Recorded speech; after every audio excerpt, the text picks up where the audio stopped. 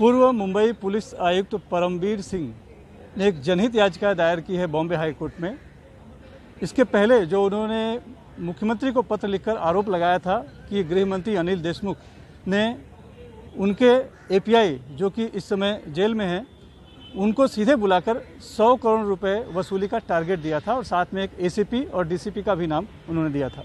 उस मामले में राज्य सरकार कल ही एक रिटायर जस्टिस से जांच की घोषणा कर चुकी है, लेकिन आज उस जनहित याचिका पर सुनवाई थी और जनहित याचिका में एक सवाल जो प्रमुख तौर पर उभर कर आया वो ये कि क्यों नहीं परमबीर सिंह ने मुंबई पुलिस आयुक्त रहते हुए जब उनको ये जानकारी मिली कि अपराध हो रहा है तो उन्होंने एफआईआर दर्ज कराई, और क्या बिना एफआईआर दर्ज कराए कोई भी जांच बॉम्बे हाई कोर्ट सीबीआई को दे सकती है।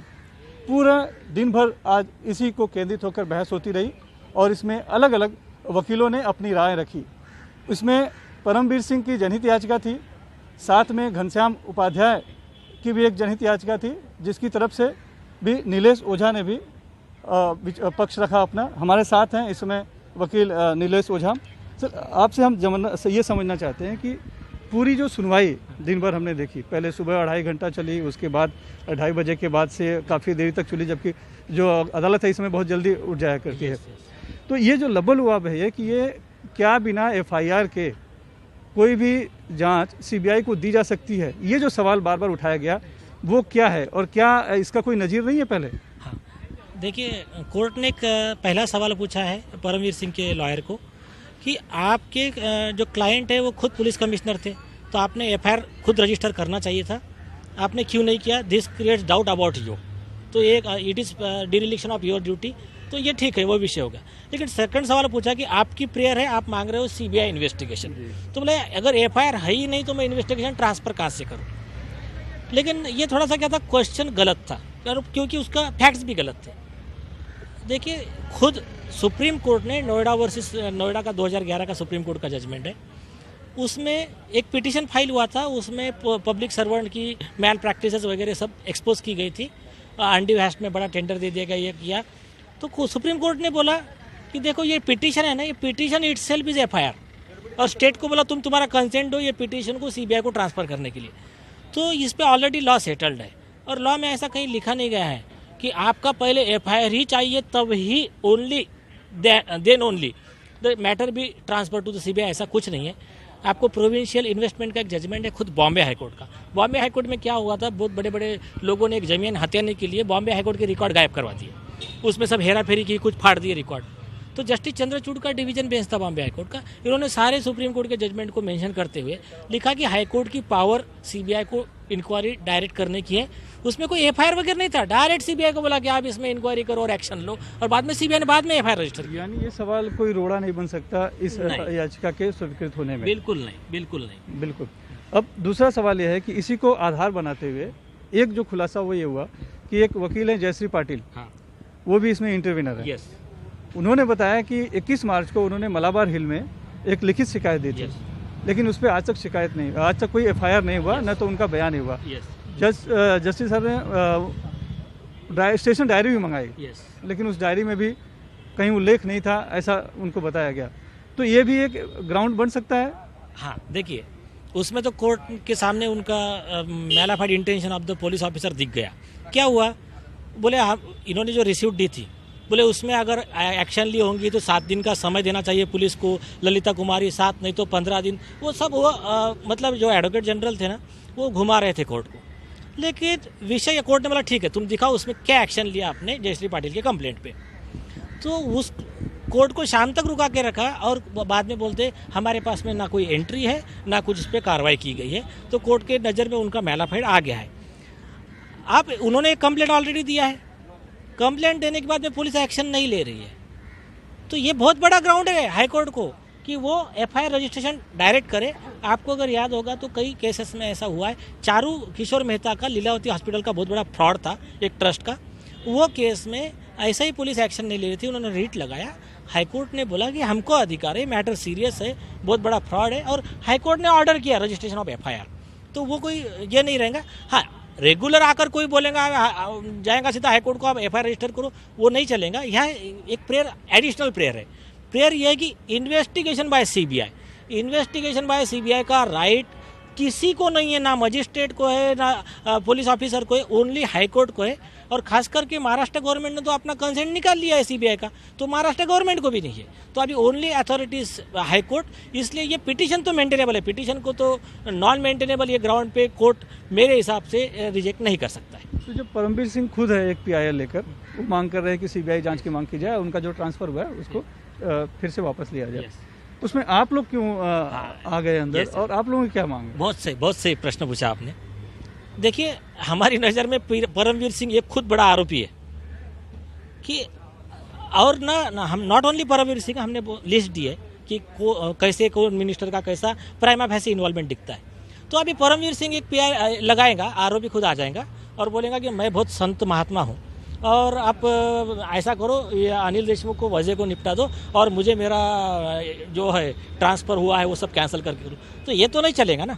और 7 जज बेंच ऑफ सुप्रीम कोर्ट था AR अंतुली के केस में, उसने बोल दिया कोई भी नागरिक, आप हो कोई भी नागरिक, उसको लगता है ऑफेंस हुआ है, आज खुद चीफ जस्टिस साहब ने कहा कि उसकी ड्यूटी है, ही शुड इन्फॉर्म। तो अभी हमारी ड्यूटी है, हमारा राइट है आर्टिकल 51AH के तहत कि हमारा राइट भी है और ड्यूटी भी है कि हम यहाँ पर ये करें और ये जो अक्यूज है उनको बुक कराने में ये न्याय व्यवस्था की हम मदद करें। तो इसलिए हमारी जो PIL, हम तो चाह रहे कि Paramvir Singh should be prosecuted, इसलिए हम आए। यानी आप दोनों को कहीं ना कहीं मान रहे हैं कि दोनों एक दूसरे से संलिप्त थे? मिले हुए। अब एक कॉमन सवाल पूछता हूँ मैं आपको। देखिए, आपने कई केसेस देखे होंगे कि एक बोगस लोन दिया जाता है, जैसा ICICI बैंक में चंदा कोचर डायरेक्टर वगैरह सब अरेस्ट हुए। लोन देता है 2 डायरेक्टर, जो भी है, कोई डायरेक्टर बोलते हैं हमारे पास तो इसने मैनेजर ने स्क्रूटनी करके दिया, हमने साइन किया। कोर्ट क्या बोलता है, लॉ क्या कहता है? उस समय जितने डायरेक्टर थे उन लोगों ने अगर उस गलत काम को विरोध नहीं किया तो वो सभी लोग अक्यूज है और इसी चक्कर में वो बड़े बड़े लोग अरेस्ट हुए। वही लॉ है, एक simple law is not argument. CBI की जांच का दायरा क्या होना चाहिए, आप क्या चाहते हैं? हाँ, सीबीआई की जांच का दायरा ये होना चाहिए, सबसे पहले जो परमवीर सिंह कह रहे हैं कि ये इतने लोगों को उन्होंने नाम दिया, ये मिनिस्टर बैठे थे और इनको सबको पहले से जानकारी थी कि इतना हफ्ता आता है, तो ये सब अक्यूज है फर्स्ट साइट में। तो सीबीआई सबसे पहले इनको सबको अक्यूज बनाए और उसके बाद में इन्वेस्टिगेशन स्टार्ट करे। अभी देखिए, सीबीआई इन्वेस्टिगेशन, दूध का दूध पानी का पानी होगा ना। अगर इसमें अगर परमवीर सिंह के एलिगेशन गलत है तो IPC 211 कहता है कि Paramvir Singh should be prosecuted, गलत कंप्लेंट दिया। अगर उनके एलिगेशन सही है तो जितने अक्यूज रहेंगे वो प्रोसिक्यूटेड, सिंपल है। आप डर क्यों रहे हो? लेकिन राज्य सरकार ने तो खुद ही कल ही एक रिटायर जो जस्टिस है उनकी जांच समिति बिठा दी है, तो फिर आखिर सीबीआई जांच की मांग की क्यों? हाँ, देखिए, इस बारे में ये जो विषय है सुप्रीम कोर्ट के पास कई बार आ चुका है। जो रिटायर्ड जज की जो कमेटी बनती है उसको ये अधिकार नहीं होता है क्रिमिनल ऑफेंस इन्वेस्टिगेट करने का और उसमें किसी को अरेस्ट करने का और कोई रिकवरी करने का। वो अपना एक इंक्वायरी करके अपना एक ओपिनियन देती है और वो कोई जुडिशियल इंक्वायरी नहीं होती, उसका रिपोर्ट किसी को बाइंडिंग भी नहीं होता है। जैसा कृष्ण आयोग का कमीशन बना था दंगे में, वो कोर्ट फॉलो करना नहीं करना स्टेट की मर्जी है और ये टोटल डिफरेंट थिंग है। और CBI investigation, prosecution of offender and recovery of that money, ये टोटल डिफरेंट थिंग है। सुप्रीम कोर्ट ने क्लियर कर दिया है। ये पहले चलता था, देखो, जब पहले लोगों को ज़्यादा लॉ का नॉलेज नहीं था और सत्ताधारी पार्टी विपक्ष की मतलब मिली भगत रहती थी, उस समय चलता था एक आधा मिनिस्टर के खिलाफ पब्लिक बहुत चिल्ला रही है, भाई पब्लिक को शांत करना है, तो ऐसे समय एक रिटायर्ड जज का कमीशन अपॉइंट कर दो 6 साल के बाद, 7 साल। अंग्रेजी में कहते हैं आई वॉश, यस। तो क्या है, इस बारे में सुप्रीम कोर्ट के जस्टिस कृष्णा अय्यर जी ने रघबर सिंह के जजमेंट में बोला है, उन्होंने अब्राहम लिंकन के वर्ड कोट किए, you can fool some of the people some of the time but you can not fool all of the people all of the time.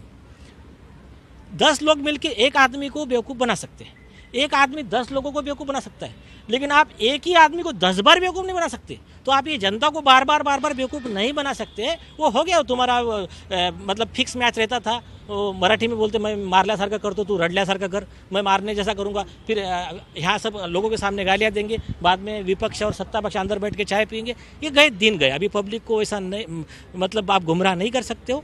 और आप ये कितना भी एक जज की कमेटी बनाओ, वो जज की कमेटी बनाओ, that is different. Supreme court ने क्लियर किया, इन्वेस्टिगेशन सीबीआई अलग होगा। वो जज की कमेटी आप बनाते रहो, उसमें आपको कार्रवाई करना है कार्रवाई करो, आपके घर में रखना है घर में रखो, दैट इज योर चॉइस, उससे कुछ फर्क नहीं पड़ता। लेकिन सीबीआई जांच मान लीजिए जज ने दे भी दिया, जस्टिस साहब ने, उन्होंने खुद ही कहा कि मैं जांच अगर दे भी दूं सीबीआई को तो स्टेट का कंसेंट नहीं मिला तो कैसे होगा, क्योंकि कंसेंट तो जरूरी है। नहीं, वो गलत पॉइंट है। देखिए, कंसेंट जरूरी किस लिए है? अगर स्टेट को देना है, मतलब सीबीआई को इन्वेस्टिगेशन लेना है खुद के हाथ में, कोर्ट के ऑर्डर पे होता है, तब नहीं। आर्टिकल 32 ऑफ द कॉन्स्टिट्यूशन में सुप्रीम कोर्ट 32 रेडियो 142 जैसा सुशांत सिंह में दिया है, आर्टिकल 226 में बॉम्बे हाई कोर्ट। तो ये दो लोगों को राइट है, इनका ऑर्डर देने के बाद में ये स्टेट का कंसेंट कोई मायने नहीं रखता है। यानी इसमें अगर सही में दूध का दूध और पानी का पानी करना है तो सीबीआई जांच ही जरूरी है। हाँ, सिर्फ सीबीआई नहीं चाहिए, सीबीआई भी चाहिए, ईडी भी चाहिए और अपना एनआईए भी चाहिए। ईडी क्यों चाहिए और एनआईए क्यों चाहिए आपको? हाँ, ईडी इसलिए चाहिए क्योंकि 100 करोड़ रुपया ब्लैक में आता था एक वाजे की तरफ से, ये बार का। उसके बाद में महाराष्ट्र से कितने जगह से आता था, तो ब्लैक मनी आता था तो जाता कहाँ था? एक वो है, तो ये पार्ट ईडी का है। तो आपने ईडी की मांग के लिए, जांच के लिए भी मांग की है? सर, हमने एसआईटी मांगी है। अच्छा। हमने सिर्फ सीबीआई नहीं मांगा है, हमने कहा ईडी, एनआईए, सीबीआई, इनके सबके कुछ सिलेक्टेड ऑफिसर लेके आप एसआईटी बनाओ, क्योंकि कई चीजें इन्वॉल्व है ना। एनआईए तो जांच हो ही रही है। हाँ, अभी हाँ, ये भी अच्छा पॉइंट है। देखिए, नियम से देखा जाए तो ये जो विषय है, ये विषय है part of investigation of NIA. आपको याद होगा, गुजरात के होम मिनिस्टर थे अमित शाह जी, तो अमित शाह जी के खिलाफ में एफआईआर रजिस्टर हुआ था रबाबुद्दीन शेख के केस में। वो जहीरा शेख, वो जो विषय चले थे सब, इनकाउंटर का जो केस हुआ था, तो वो केस में जब उनके एफआईआर रजिस्टर हुआ था तो उसमें पहले एफआईआर था एक मर्डर का, उसके बाद में तुलसी प्रजापति नाम का विटनेस का इनकाउंटर हुआ, वो भी विषय निकला। तो सुप्रीम कोर्ट ने लॉ क्लियर किया टीटी एंटोनी को रिलाई करके कि एक मैटर से रिलेटेड जितने भी ऑफेंस आएंगे वो same agency, same IO investigate करेगा। तो अभी एनआईए इन्वेस्टिगेट कर रही है, एनआईए ने वाजे को अरेस्ट कर लिया है। अभी वाजे जो था, उसने जो अंबानी के घर के सामने जो गाड़ी रखी थी, वो पार्ट ऑफ दैट रिकवरी थी, या और भी जो भी था। तो इससे रिलेटेड जितने ऑफेंस उगलते जाएंगे, दैट शुड बी, मैं नहीं, मतलब कर सकता है, नहीं करना ही चाहिए बाय द एनआईए, ऐसा लॉ है। तो ये एनआईए को तो कोई रोक नहीं है, अभी तो उसमें यूएपीए लगा दिया है जी। तो अभी यूएपी अभी तो कोई विषय नहीं है, अभी सिर्फ डिपेंड्स कि एनआईए कितना अभी जोर शोर में कितने इंतजाम काम कर रही है। लेकिन दिख रहा है प्राइमा फेसी कि काम चल रहा है ठीक से। लेकिन हम तो चाह रहे, अभी इसका क्या जजमेंट आता है उसके बाद में हम एक एप्लीकेशन और लगाने वाले हैं कि एनआईए को ये गाइडलाइन दी जाए, आप ये पॉइंट पे इन्वेस्टिगेट कीजिए, एनआईए कैन टेक एक्शन। अभी अमित शाह जब गुजरात के होम मिनिस्टर थे तो वो पोस्ट पे उस समय वो अरेस्ट हुए थे, वैसे ही लालू यादव थे, वो चीफ मिनिस्टर थे, वो अरेस्ट हुए थे। तो कोई होम मिनिस्टर हो, चीफ मिनिस्टर हो, कोई भी हो, लॉ से बड़ा तो कोई है नहीं। एंड बाबा साहेब अम्बेडकर जी ने तो आर्टिकल 14 बना के रख दिया है कि equality before law, equal protection of the law, कानून के आगे सब समान, कानून की प्रक्रिया सबके लिए समान। तो इसमें जो भी रहेगा, और अगर मिस्टर परमवीर सिंह अगर गलत है तो उन पे एक्शन होगी। ये आप सिर्फ टेबल टेनिस फिक्स मैच खेल रहे हो, तू इधर बता फिर मैं उधर बताता। विषय चल रहा है कि भाई यहाँ पर अभी रात है कि नहीं है, वो बात करेंगे, वो पेड़ हरा दिख रहा है, वो गुलाबी दिख रहा है, तो ये सब घुमाने की बातें हैं, इसको बोलते हैं स्ट्रॉ मैन फैलेसी। तो ये सब अभी ठीक है, डेमोक्रेसी है, अभी लोग अब पिटिशन, और हमारा ये उद्देश्य नहीं कि हमारी पिटिशन पे सुनो, आप किसकी भी पिटिशन पे लो, किस पे भी कार्रवाई करो, सिर्फ सच बाहर आना चाहिए, बस जांच होनी चाहिए, बस जांच होनी चाहिए और सच बाहर आना चाहिए। अब बहुत उम्मीद है और आधार भी टिका है कि चीफ जस्टिस क्या फैसला सुनाते हैं इन सभी याचिकाओं पर। मुंबई से कैमरामैन राजेंद्र दयाल के साथ सुनील सिंह, एनडीटीवी इंडिया के लिए।